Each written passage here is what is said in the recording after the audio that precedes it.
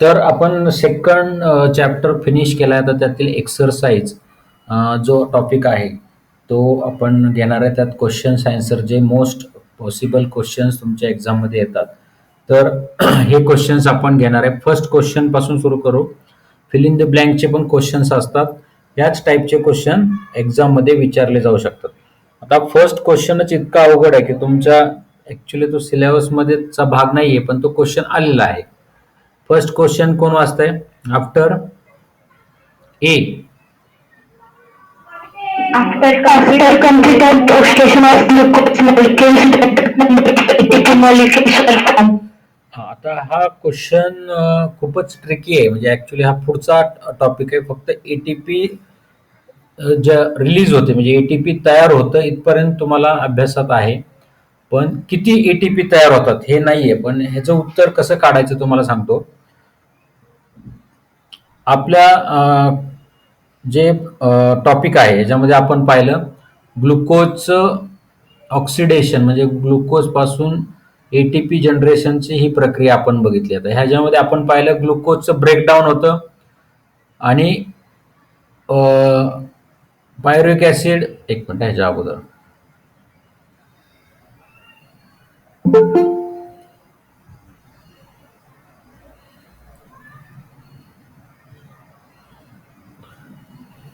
हा आपण पाहिलं ग्लायकॉलिसिसमध्ये ग्लुकोजचं ब्रेकडाऊन होतं आणि या ब्रेकडाऊन झाल्यावर एटीपी आणि कार्बन डायऑक्साईड रिलीज होते. आता ऍक्च्युली प्रोसेस कशी आहे की ग्लुकोजचं ब्रेकडाऊन म्हणजे 3 स्टेप आहेत त्याच्यात. पहिले ग्लायकॉलिसिस, क्रेब सायकल, बरोबर? हा, लक्षात येते का?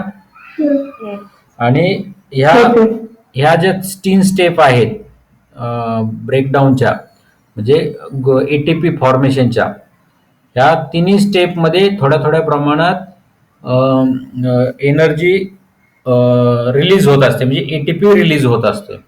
आता ही फर्स्ट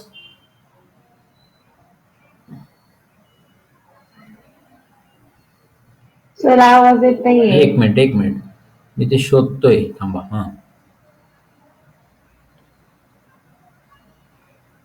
आता हे 3 स्टेप आहेत. ग्लायकोलिसिस, बरोबर, एटीपी फॉर्म ग्लायकोलिसिस, टीसी आणि ईटीसी.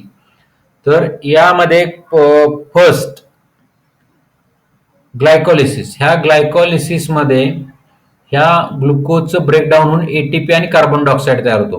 म्हणजे ह्या तिन्ही स्टेजमध्ये एटीपी रिलीज होत असतात आणि काही बाय प्रॉडक्ट तयार होतात. म्हणजे डायरेक्ट ग्लुकोजचं एटीपी होणार आहे का नाही. तर फर्स्ट स्टेपमध्ये काय होतं ग्लायकोलिसिसमध्ये, एटीपी आणि कार्बन डायऑक्साईड तयार होतं. आणि त्याचबरोबर आपण पाहिलं की काय असतं, पायरुविक ऍसिड एक तयार होतं, बरोबर. आणि ह्या वेळेसच एटीपी रिलीज होते. तर फर्स्ट ग्लायकोलिसिसमध्ये 4 एटीपी मॉलिक्युल्स तयार होतात. किती? 4. हे तुम्हाला नाही अभ्यासाला, पण तुमचा आता क्वेश्चन आहे म्हटलं तुम्हाला सांगितलं 4 एटीपी रिलीज होणार. किती? 4 एटीपी प्लस. पण ह्या प्रोसेसमध्ये 4 एटीपी झाले, पण ही प्रोसेस होण्यासाठी एनर्जी लागणार, बरोबर. लक्षात येते का? 4 एटीपी तयार करण्यासाठी काहीतरी एनर्जी लागणार. त्याच्यामध्ये ते 2 एटीपी मॉलिक्युल्स यूज होतात. लक्षात येते का? ग्लायकॉलिसिस मध्ये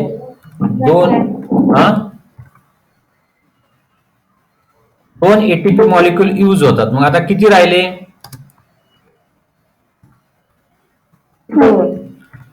2 एटीपी मॉलिक्युल्स राहिले. हे ग्लायकॉलिसिस झाले. आता पुढची स्टेज कुठली?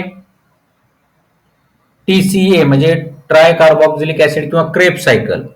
आता ह्या क्रेब सायकल मध्ये किती मॉलिक्युल्स तयार होतात? ह्याच्यामध्ये 2 नाही 2 एटीपी तयार होतात. किती? 2. म्हणजे ग्लायकॉलिसिस मध्ये 4 - 2 2, त्यानंतर ह्याच्यामध्ये 2 एटीपी. आणि ह्याच्यात आता बाय प्रोडक्ट काय ऍसिटिल कोएन्झाइमचे तयार झाले, NADH2 आणि FADH2, बरोबर. ओके. आता हे NADH2 आणि FADH2, आता ह्या NADH2 पासून किती मॉलिक्युल्स तयार होतात? 3 एटीपी मॉलिक्यूल 3. आणि एफएडीएस2 कडून 2. ओके, बरोबर. पण हा जो एनएडीएस2 असतो तयार होणारा, एक मिनिट कोणतरी आलं, एक मिनिट, हा जो एनएडीएस2 आहे ह्याच्यामध्ये 10 एनएडीएस2 मॉलिक्यूल असतात. हे एक एनएडीएस2 पासून 3 होतात, पण ह्याच्यात टोटल किती असतात? एक ग्लुकोजच्या ह्याच्यात किती असतात? 10 कसं? काय हे टोटल मिळून होतात? नाही, ह्याच्यामध्ये 10 एनएडीएस2 असतात. एका ह्याच्यात किती एनएडीएस2 असतात? एका मॉलिक्यूल 10. हे तुम्हाला समजण्यासाठी एक एनएडीएस2 दिलेला आहे आपण. त्याचे 3 मॉलिक्यूल झाले. 10 चे किती झाले? 3. हा, 3 मॉलिक्युल्स एक एनएडीएस2. असे एनएडीएस2 चे 10 एनएडीएस2 असतात. एका येस, करेक्ट. हे 30 झाले. आणि एफएडीएस2 किती असतात? तर 2 असतात. 20. कसं काय 20? त्याचं एक 10 असतं ना, मग दोनचं 20. एक मिनिट, एकचे 10 असतात ना, मग 2चे 20. नाही, एक मिनिट. हे एक एनएडीएस2 पासून 3 मॉलिक्युल्स तयार होतात, बरोबर? येस. 3 मॉलिक्युल्स तयार होतात एका एनएडीएच पासून. असे 10 मॉलिक्युल्स असतात. एक मिनिट, तुम्हाला समजावून सांगतो. एकच मिनिट. हे तुम्हाला समजण्यासाठी आपण एकच, आता हा फॉर्म्युला आहे C6H12O6. यामध्ये 10 एनएडीएच2 मॉलिक्युल्स तयार होतात. किती? 10. पण आपण अभ्यासासाठी फक्त एकच एनएडीएच2 तुम्हाला एक्सप्लेन केला होता. लक्षात येते का? ह्या ब्रेकडाऊन होत किती होतात? त्याचे 10 होतात. किती? 10. मग हे 10 एक एनएडीएच2 3 मॉलिक्युल्स, तर 10 किती होणार?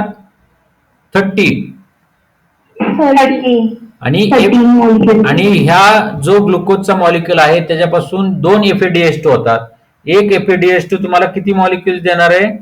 2. तर असे 2 एफएडीएच2 किती देणार? 4. करेक्ट. मग हे इथं 2 यायला बघेल. आता हे टोटल किती झाले? 4. 34 झाले, बरोबर?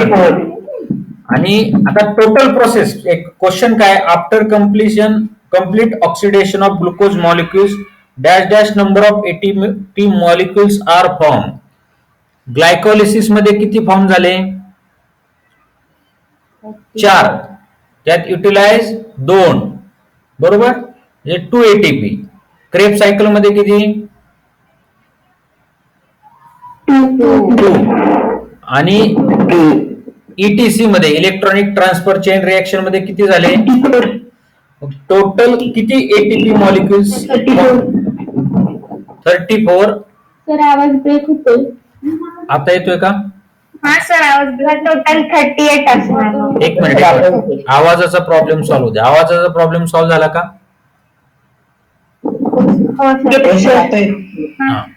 तर टोटल ग्लायकोलिसिस मध्ये 4 -2 2.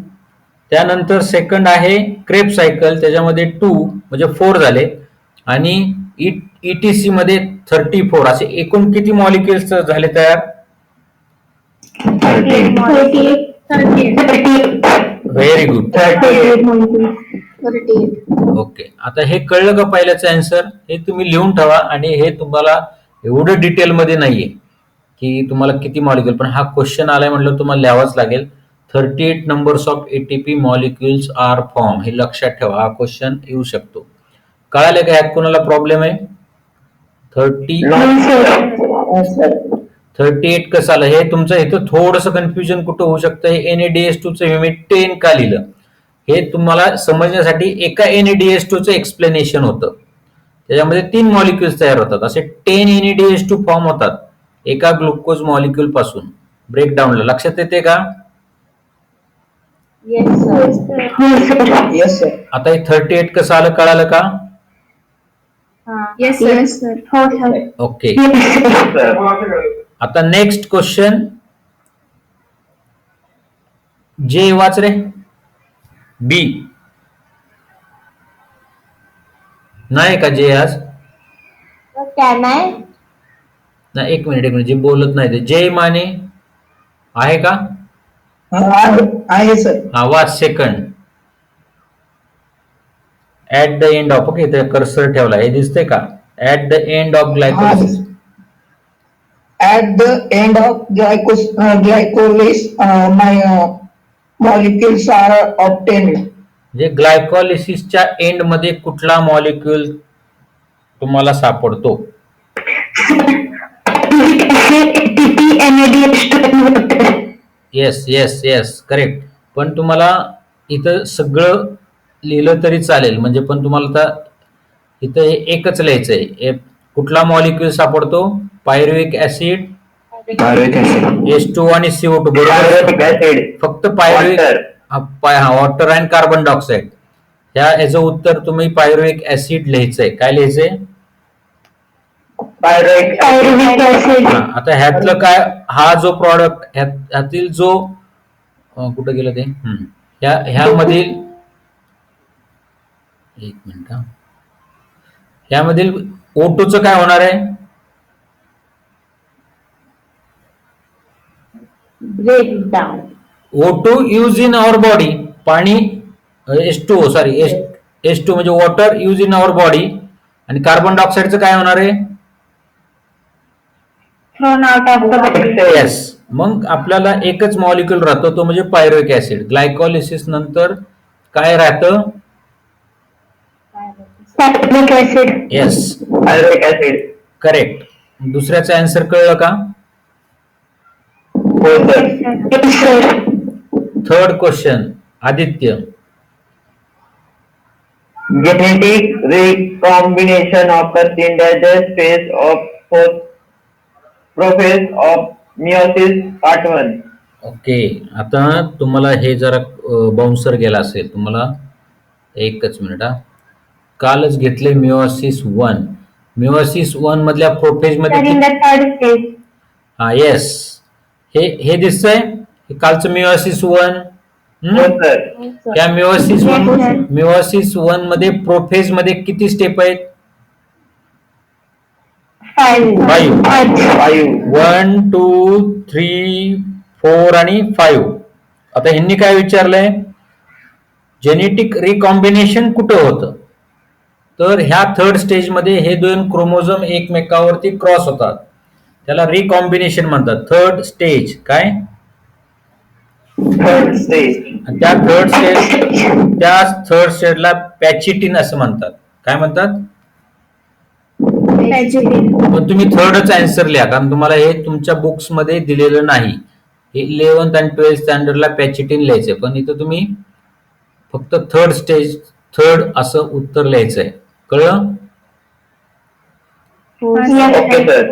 आता एक मिनिट, हो, सर. नवीन. ओके एक नेहमी कमी बोलणारे हे कोण आहे? Prachi. Question number 4. All chromosomes are arranged parallel to equatorial. equatorial plane of cell in dash phase of mitosis. हा Metaphase. Metaphase. येस, थांबा तुम्हाला लगेच दाखवतो. त्यांचा प्रश्न काय आहे की इक्वेटोरियल प्लेन मध्ये मायटोसिस मध्ये कुठं येतं? दिसतंय हे मायटोसिस. Yes. इक्वेटोरियल प्लेन म्हणजे ह्या ठिकाणी सगळे क्रोमोझोम जमा होतात. या तुमच्या बुक्स मध्ये पण इथं लिहिलेलं बघा, इक्वेटोरियल प्लेन सेंटर हे दिसतंय. All chromosomes are arrange parallel to equatorial plane of the cell. उत्तर काय आहे? Metaphase. मेटाफेज. Metaphase. तुम्ही हे आन्सर, एक मिनिट तुम्हाला सांगतो, हे आन्सर हे अँसर पाठ करण्याच्या भानगडीत पडू नका. ते समजून घ्या. तुम्ही समजून घेतलं तरच तुम्हाला उत्तर येतील. तुमची मेथड पूर्वी अशीच होती का आता बदल मी सांगितलं ती वेगळी होती? तुमची मेथड कशी होती का तुम्ही पाठच करायचे? काय करत होता? सर आज मी पाठच करायचो. पण आता प्रत्येक ह्याचं एक्सप्लेनेशन होतंय का? कळतंय का तुम्हाला उत्तर कसं आहे ते? हो हो सर. सर. ओके. हो सर. आता आधी आम्ही पाठच करायचो सर. हा, तर आता पाठ करायची गरज नाही तुम्हाला. जर एक म्हणजे तुम्ही लिसनिंग पॉवर वाढवा. मी जे सांगतो ते लिसन करून तुमच्या ब्रेन मध्ये ड्रिल करून ठेवायचं. तुम्ही पाठ केलं ना तर त्याचा एवढा उपयोग होत नाही. मी तुम्हाला 3 स्टेप सांगितलेत. कुठल्या सांगितल्यात? रीड, रिकॉल आणि राईट. आता त्यातलं तुम्ही राईट हा घटक करतच नाहीये असं माझ्या लक्षात आलंय. पण तुम्ही ही आता रायटिंगची प्रॅक्टिस करा. आता ई वाचा कोणी पण. Molecules are necessary. For formation of plasma membrane dash dash molecule are necessary. Phospholipid sir. Yes, sir. yes, phospholipids. आपण हे केलेलं आहे माहिती आहे ना आपण. प्लाझ्मा मेम्ब्रेन फॅट्स मध्ये बघितलंय बघा, लिपिड मध्ये. Yes sir. त्यानंतर 4 our muscle cells perform dash dash type of respiration during exercise.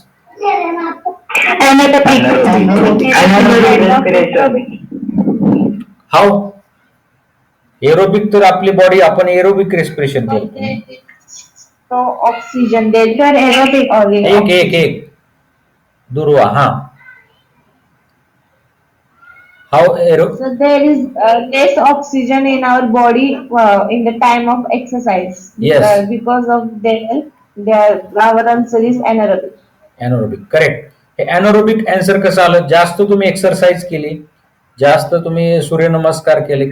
If we do exercise in large quantity, then our body needs less amount of oxygen. Therefore, it is said to be anaerobic respiration. Correct. Aerobic anaerobic मधलं तुम्हाला आता फरक चांगला कळलाय. Okay. आता काही सिटीमध्ये aerobic classes असतात, तुम्हाला माहिती आहे का?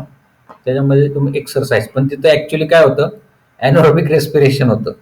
जास्त एक्सरसाइज केली तर. म्हणजे मला काय म्हणायचं कळलं का तुम्हाला?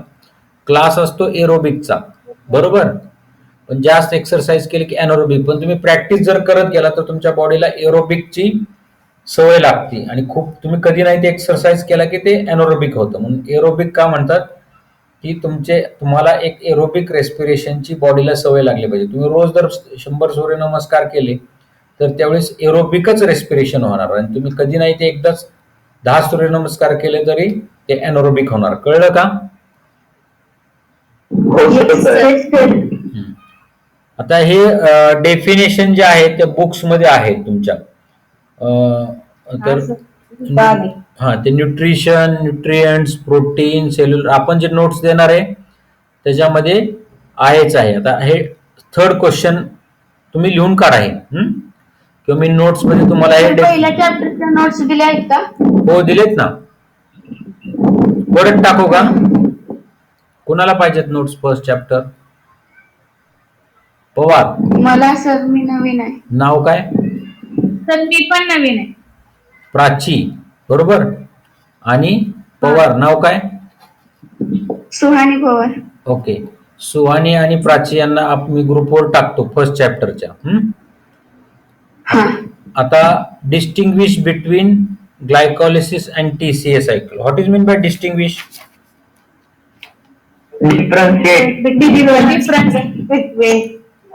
येस. डिफरन्शिएशन म्हणजे दोन्हीत काय फरक आहे हे आपण घेऊ, कारण हा असे क्वेश्चन्स हे डेफिनेशन तर तुम्हाला लिहून काढायचे आहेत. सेल्युलर रेस्पिरेशन काय, त्यानंतर प्रोटीन काय, हा त्यानंतर एरोबिक काय आहे, ग्लायकोलिसिस काय, हे लिहायचं आहे. पण distinguish between glycolysis and TCA.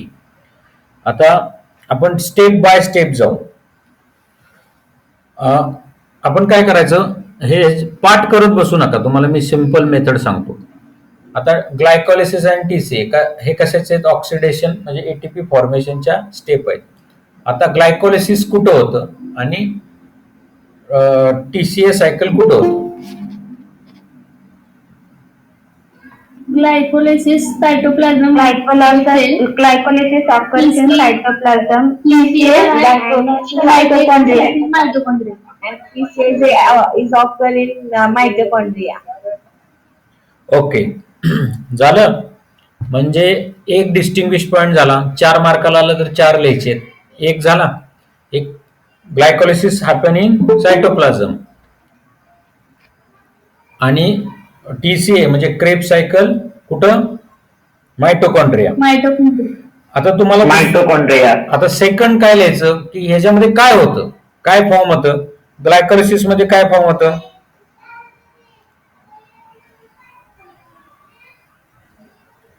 Glycolysis मध्ये pyruvic acid, ATP, NADH2 and water. Yes. NADH2, ATP आणि pyruvic acid. ओके, हे लिहिलं. आणि टीसीए सायकल मध्ये काय येते? ऍसिटिल कोएन्झाइम जे आहे NAD2 and COPS2, FADH2, Glycolysis मध्ये NADH2 and FADH2. येस. तुम्ही काय लिहिणार? ग्लायकोलिसिस मध्ये पायरुविक ऍसिड आणि वॉटर आणि कार्बन डायऑक्साईड होतं. आणि क्रेब सायकल मध्ये काय होणार आहे? म्हणजे टीसीए मध्ये फॉर्मेशन ऑफ काय होणार? FADH2, ATP, COPS2, FADH2 and FADH2. Yes, correct. कळलं का? हो. Yes, sir. Yes, sir. Yes, sir. Yes, sir. Okay. आता दुसरी गोष्ट आहे. आता ग्लायकोलिसिस कुठं, ग्लायकोलिसिस होण्यासाठी काय, ग्लायकोलिसिस कुठं कुठं होतं? Aerobic and anaerobic. Yes, correct. Glycolysis आपण हे पाहिले. ग्लायकोलिसिस हे दोन्हीकडे होतं, आपण पाहिलेलं. एक मिनिट हा, तुमच्याच बुक मध्ये.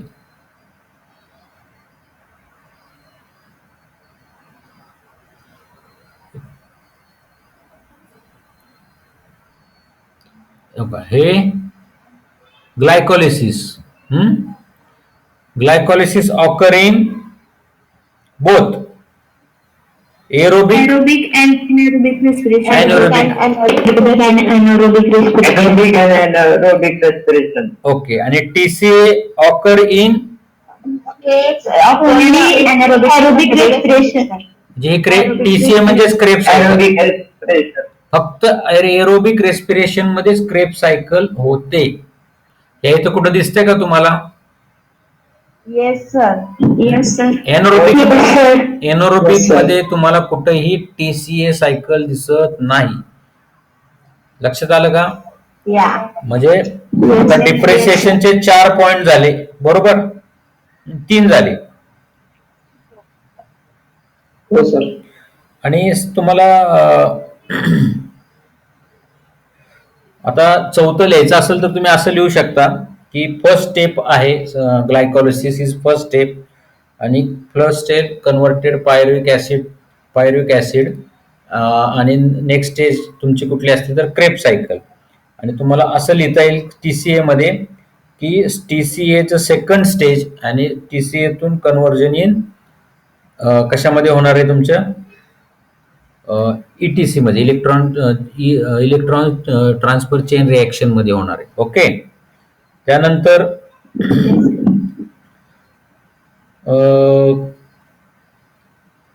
एक ओके. आणि दुसरं एक आपल्याला आत्ता पाहिलं की आपण हे बघा, एक मिनिट, किती मॉलिक्युल्स तयार झाले ग्लायकोलिसिस मध्ये? 3. नाही, 2. 4 रे. 4 एटीपी मॉलिक्युल तयार झाले, त्यातले 2 एटीपी वापरले गेले, म्हणजे 2 एटीपी मॉलिक्युल तयार झाले. हे तुम्ही ग्लायकोलिसिस मध्ये totally 2 ATP molecules, 4 ATP molecules form, 2 are used and totally 2 ATP molecules remain. आणि टीसीए मध्ये किती आहे? 2 एटीपी. आणि अजून एक डिफरन्शिएशन तुम्हाला लिहिता येईल, ग्लायकोलिसिस मध्ये 2 एटीपी मॉलिक्युल्स यूज होतात आणि क्रेब सायकल म्हणजे टीसीए मध्ये कुठलाही एटीपी मॉलिक्युल यूज होत नाही. हे कळलं का डिफरन्शिएशन? एवढे पॉइंट कळाले का? Yes, sir. Yes, sir. First काय कुठं होतं? इट्स आपण सायटोप्लाझम ग्लायकोलिसिस हे कशामध्ये होणार आहे? मायटोकॉन्ड्रियामध्ये होणार आहे. सेकंड मध्ये ह्याच्यामध्ये पायरुविक ऍसिड एटीपी फॉर्म होतं. ह्याच्यामध्ये एपीडीएस टू एनएडीएस फॉर्म होतं. बरोबर. ग्लायकोलिसिस हे Yes. एरोबिक एनरोबिक दोन्हीच होतं, पण टीसीए फक्त एरोबिक मध्ये होतं. आलं लक्षात? त्याच्यामध्ये 4 एटीपी मॉलिक्युलून 2 एटीपी यूज होऊन 2 राहतात आणि ह्याच्यात 2 एटीपी मॉलिक्युल्स तयार होतात. ग्लायकोलिसिस मध्ये एटीपी मॉलिक्युल्स आर युज्ड आणि टीसीए मध्ये एटीपी मॉलिक्युल्स यूज होत नाहीत. हे डिफरन्शिएशन कळालंय का? Yes, sir. Yes. आता तुम्ही नोटबुक मध्ये तुम्ही लिहायचंय बरं का आता एक्सरसाइज. Yes, sir. चांगल्या नोटबुक मध्ये चांगल्या पद्धतीने 5-6 पॉईंट घ्या. त्यातले कुठलेही 4 पॉईंट 4 मार्काला तुम्ही लिहू शकता. कुणी तुमचे मार्क कट करणार नाही. आता सेकंड काय? Mitosis and meiosis. Mitosis. Meiosis and meiosis. Okay. आता ह्याचं पण आपण सिंपल करून टाकू. आपण असं लिहू शकतो mitosis occurs in somatic cells and meiosis occurs in germ cells. Correct. तुम्हाला पहिलं हे कुठं होतं हे सांगायला लागेल की mitosis occur in somatic cells Somatic cells. आणि stem cells and meiosis occur in germ cell. S. Germ cells. N. Mitosis मध्ये कुठल्या सेल तयार होतात? Diploid cells. बरोबर. बरोबर. आणि मिओसिस मध्ये In mitosis occurs diploid and in meiosis there occur haploid cells. Okay. आणि मायटोसिस मध्ये किती सेल तयार होतात?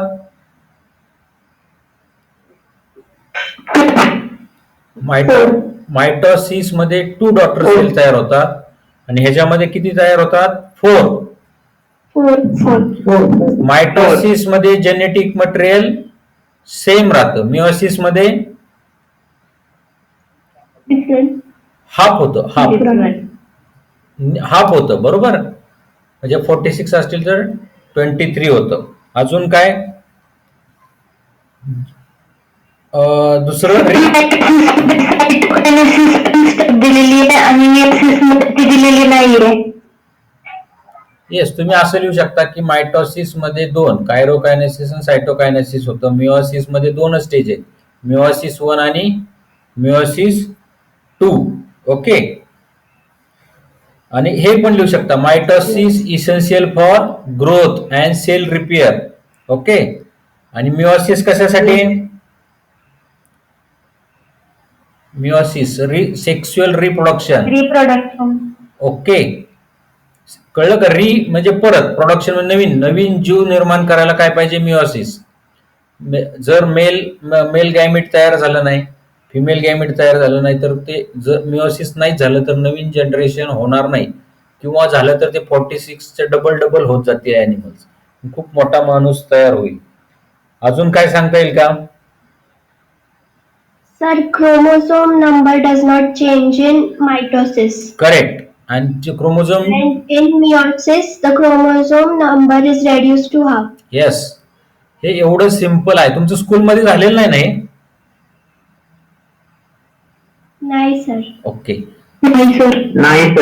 Nice, sir. येस. आता हे तुम्हाला लिहिता येईल ना? हो sir. Yes, sir. येस. आता third aerobic and anaerobic.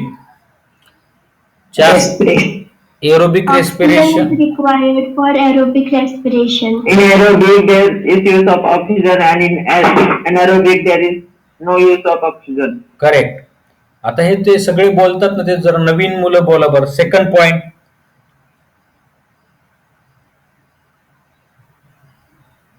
At the end of aerobic respiration, CO2 and H2O is formed. हा. येस. आणि anaerobic CO2 and C2H5OH are formed. Lactic acid and alcohol is form. Okay, असं simple लिहा. तुम्हाला दाखवतो, एक minute. Energy is produced in large amount in aerobic respiration. Yes, आणि less amount in Anaerobic respiration. Anaerobic respiration. आता तुम्ही जे सांगितलं ना ते मी तुम्हाला दाखवतो, एक मिनिट. ओके, हे aerobic anaerobic. With respiration is occurs in presence of O2 and anaerobic it occurs presence of also O2, absence of O2, sorry. हा, येस. आता हे आहे एरोबिक. एरोबिक मध्ये large amount of energy create होते bye शेवटी काय CO2 H2O2 आणि ATP form होतं. तर ह्याच्यामध्ये काय होणार आहे, अल्कोहोल आणि लॅक्टिक ऍसिड आणि एनर्जी असे प्रॉडक्ट तयार होतात. कशामध्ये, एनोरोबिक मध्ये. आणि आपण पाहिलं अजून एक पॉइंट की एरोबिक मध्ये किती मॉलिक्युल्स ऑफ एटीपी तयार होतात. 38. मग 38. ह्याच्यामध्ये किती होतील सांगा बरं. एनोरोबिक मध्ये 2. 2च होणार, कारण ही पुढची प्रक्रियाच होत नाही. 2. पुढची जी क्रेब सायकल आणि इलेक्ट्रॉन ट्रान्सफर चेन रिएक्शन ह्याच्यात होतच नाही. त्यामुळे इथे 4 एटीपी मॉलिक्युल तयार होतील, 2 यूज होतील आणि खाली किती मॉलिक्युल राहतील. ग्लायकोलिसिस होणारच आहे, बरोबर. इथं 2 मॉलिक्युल्स रिमेन राहतील. लक्षात येते का. Yes, sir. अजून एक तुम्हाला लिहिता येईल की in aerobic total oxidation of glucose is occur. Anaerobic मध्ये होतं का. No. Incomplete oxidation. अजून काय राहिलं. तुम्हाला अजून एक सांगता येईल की एरोबिक रेस्पिरेशन कुठं होतं. Nucleus as well as cytoplasm. Yes, आणि anaerobic Only in the cytoplasm. Correct. हे कळलं का तुम्हाला. हा सर. हो सर. तुम्ही जर अशा पद्धतीनं हे लक्षात ठेवलं ना तर तुम्हाला कुठलीही गोष्ट पाठ करायची गरज पडणार नाही. हे कळलंय का आता तुम्हाला. Yes, 6, 7 डिस्टिंग्विश पॉइंट आपण सांगितलेले आहेत. आता गिव्ह सायंटिफिक रिझन फर्स्ट. हे झाले बरं का.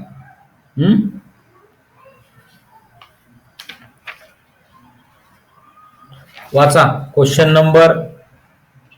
Oxygen is necessary for complete Oxidation of glycolysis. Scientific When glucose is completely oxidized by anaerobic cellular respiration is produced 38 molecular of ATP. आता ह्यांनी क्वेश्चन काय विचारलाय की oxygen is necessary for complete oxidation of glucose. Give scientific reason. Because in oxygen oxidize or break down the glucose molecules and form 38 molecules of ATP. Hence, oxygen is required for complete oxidation of glucose. तुम्हाला पुढे असं लिहिता येईल. In anaerobic respiration, only 2 ATP molecules are formed. So, without anaerobic म्हणजे without oxygen. म्हणजे therefore, oxygen is necessary for complete oxidation. कळलंय का. ए. हो sir. हो सर. ओके. आता B. Fibre are one of the important nutrients. Sir, fiber is the important nutrient, but it is not useful. It is only useful for digestion of food in digestive system. Therefore, fiber are the one of the important nutrients. Yes, and fiber are indigestible product, but it help in digestion and काय करतात excretion of the faecal material म्हणजे नको असलेला घटक बाहेर टाकण्यासाठी त्याचा उपयोग होतो. म्हणून fibre is important. Okay, fibre is important nutrient in our body. बरोबर. C.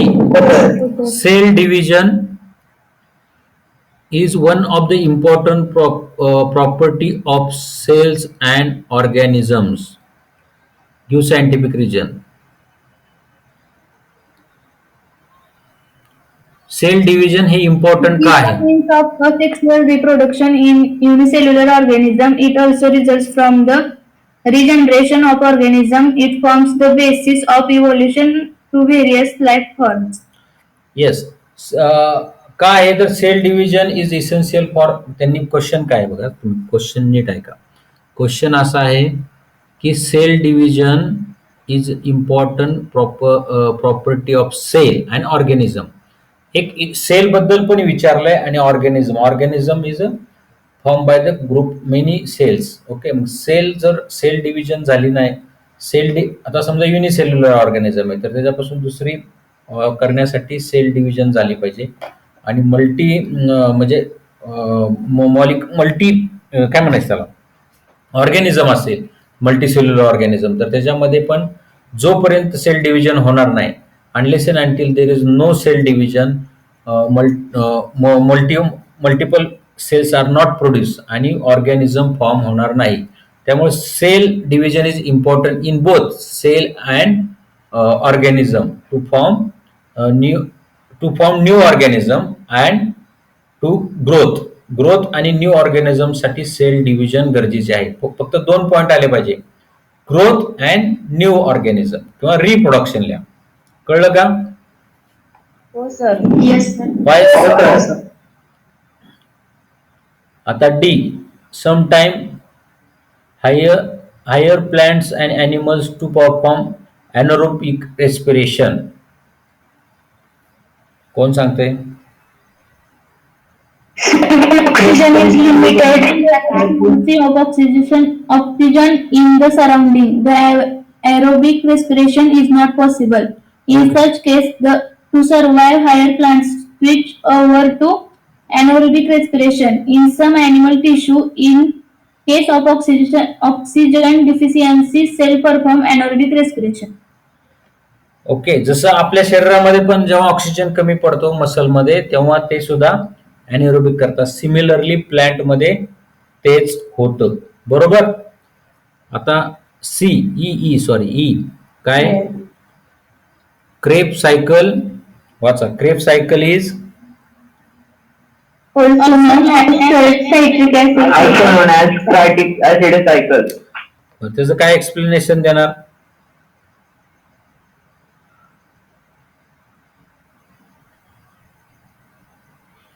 Because the first cycle, pre-carbonic cycle. त्याचं असू द्यायचं. Kreb cycle is also known as a TCA cycle. Scientist Krebs invented this cycle, so this name is Krebs cycle. In this process of TCA cycle or Krebs cycle, we get what product? Oxaloacetic acid. कुठलं? Oxaloacetic acid. So first molecule of this reaction is citric acid. म्हणजे ऑक्सॅलोएसिटिक acid form व्हायच्या अगोदर citric acid form होतं in TCA cycle. So this cycle is also called citric acid cycle. कळलं का?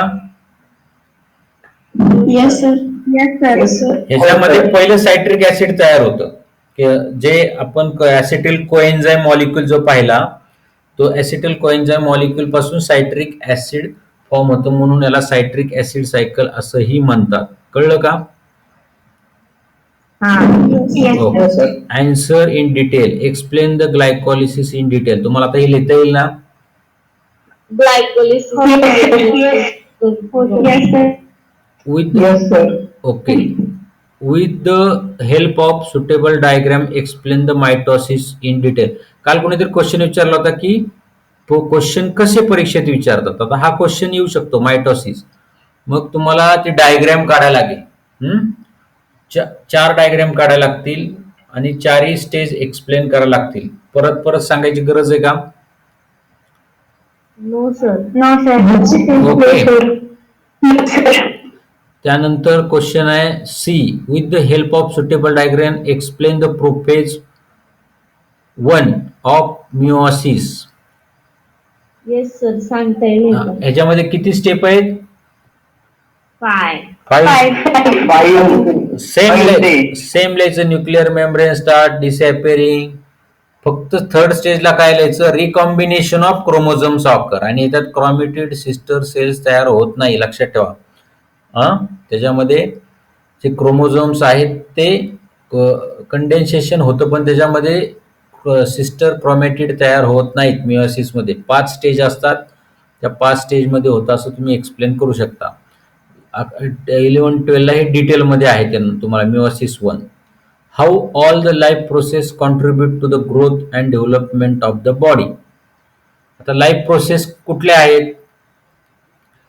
Digestive system, respiratory system, circulatory system, coordination system, nervous system, हे सगळे तुमच्या ग्रोथमध्ये कसं कॉन्ट्रीब्युशन करतात?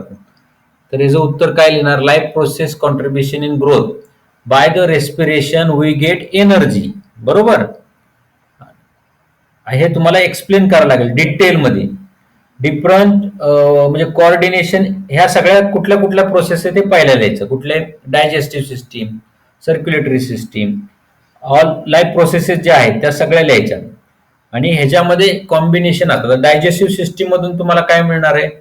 ग्लुकोज वगैरे जे कार्बोहायड्रेट, प्रोटीन्स आणि लिपिड्स यांचं डायजेस्टिव्ह होऊन ते सोल्युबल फॉर्ममध्ये न्यूट्रिएंट मिळणार आहेत. हे न्यूट्रिएंट सेलमधून ह्याच्यामध्ये यांचं ऑक्सिडेशन कशामुळे होणार आहे? तर रेस्पिरेशनमुळे होणार आहे. म्हणजे डायजेस्टिव्ह सिस्टीम, तुमचे डायजेस्टिव्ह सिस्टीममध्ये न्यूट्रिएंट्स ब्लडद्वारे by the circulatory system push to the cells, आणि सेल्समध्ये रेस्पिरेशन मधून आलेला ऑक्सिजन त्याचं ऑक्सिडेशन करणार आहे, ब्रेकडाऊन करणार आहे आणि एनर्जी क्रिएट होणार आहे. हे तुम्हाला तिथं डिटेलमध्ये एक्सप्लेन करावं लागेल. हे तुम्हाला कसं सांगायचं आहे?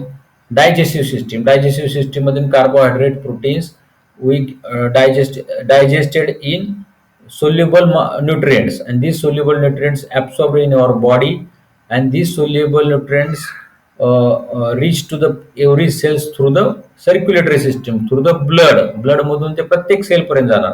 In this cellular respiration, these molecules are break down or oxidized and energy is formed. एवढं सिम्पल लिहायचं. म्हणजे डायजेस्टिव्ह सिस्टीम पासून सुरू करायचं, त्यानंतर ते प्रत्येक सेलकडे कोण घेऊन जाणार आहे? एव्हरी डायजेस्टिव्ह फूड मटेरियल कोण घेऊन जाणार आहे? Circulatory system, blood.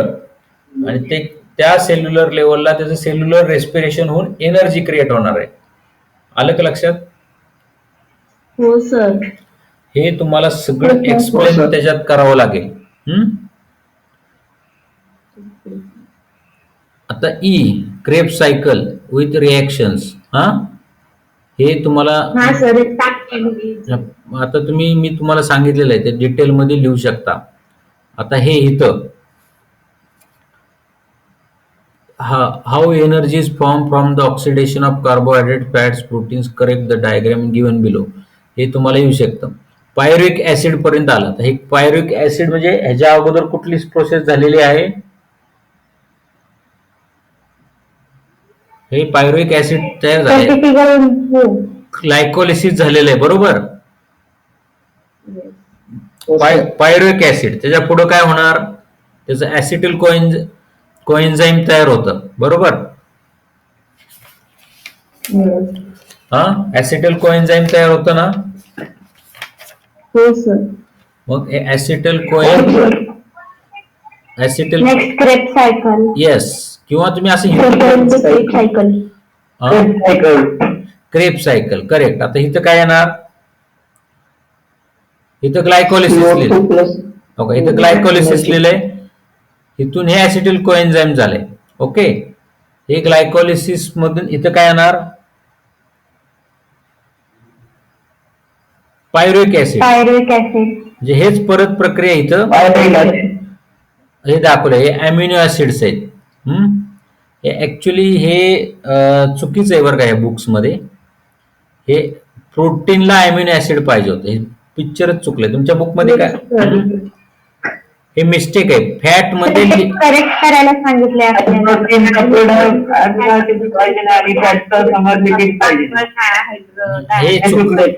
हे डायग्राम चुकलेली आहे. ओके, तर त्याला आपल्याला करेक्ट करायचंय म्हणलंय ना तिथे. ओके, कुठं? How energy correct the diagram given below. Okay okay, हा, मग हे आपल्याला इथं करेक्ट करायचं. हे तुम्हाला इथं कसं करेक्ट करणार? पण फुल्ली मारायची का? No sir, carbohydrate new diagram काढायची सर. आणि लिपिड्स खायचं. प्रोटीनच्या खाली अमिनो ऍसिड लावायचं, कार्बोहायड्रेटच्या खाली ग्लायकोलिस लावायचं येस. आणि लिपिडच्या खाली फॅट. मला काय वाटतंय, हाऊ एनर्जी फॉर्म ऑक्सिडेशन, तुम्हाला नवीन डायग्राम काढावे लागेल हे बघून. आलं का लक्षात? सोपं आहे ते खूप. हा, सोपं आहे ते खूप. ओके. तर आम्हाला तिचा इथं काय येईल सांगा. पेपर मध्ये काय काय हा प्रोटीन्स आणि फॅटचा. काय काय परत आदित्य काय म्हटला? तर हा जो क्लोजर दिलेला आहे तो आम्हाला पेपर मध्ये विचारला जाऊ शकतो का? हो, करेक्ट करा म्हणून विचारले ना वर. आपण क्वेश्चन नीट वाचला नाही. Correct the diagram given below, ते आपल्याला बरोबर करायचे डायग्राम. ओके. फक्त आता इथं काय येईल, इथं तुम्हाला एक तर इथं अमिनो ऍसिड लिहावं लागेल आणि इकडे लिपिड लिहावं लागेल. हे तसंच राहील. इथं फक्त तुम्हाला काय लिहावं लागेल, कार्बोहायड्रेट लिहावं लागेल. ओके. इथं काय, हे कार्बोहायड्रेट लिहावं लागेल, त्याचं ग्लायकोलिसिस झालं. कळलं? हो सर. मग इथून पुढे बरोबर आहे. हा चॅप्टर तुम्हाला कळाला का? अजून काय क्वेश्चन्स आहेत? No sir, no doubt. Okay. तुम्हाला मी नोट्स देतो, तुम्हाला डिटेल मध्ये ते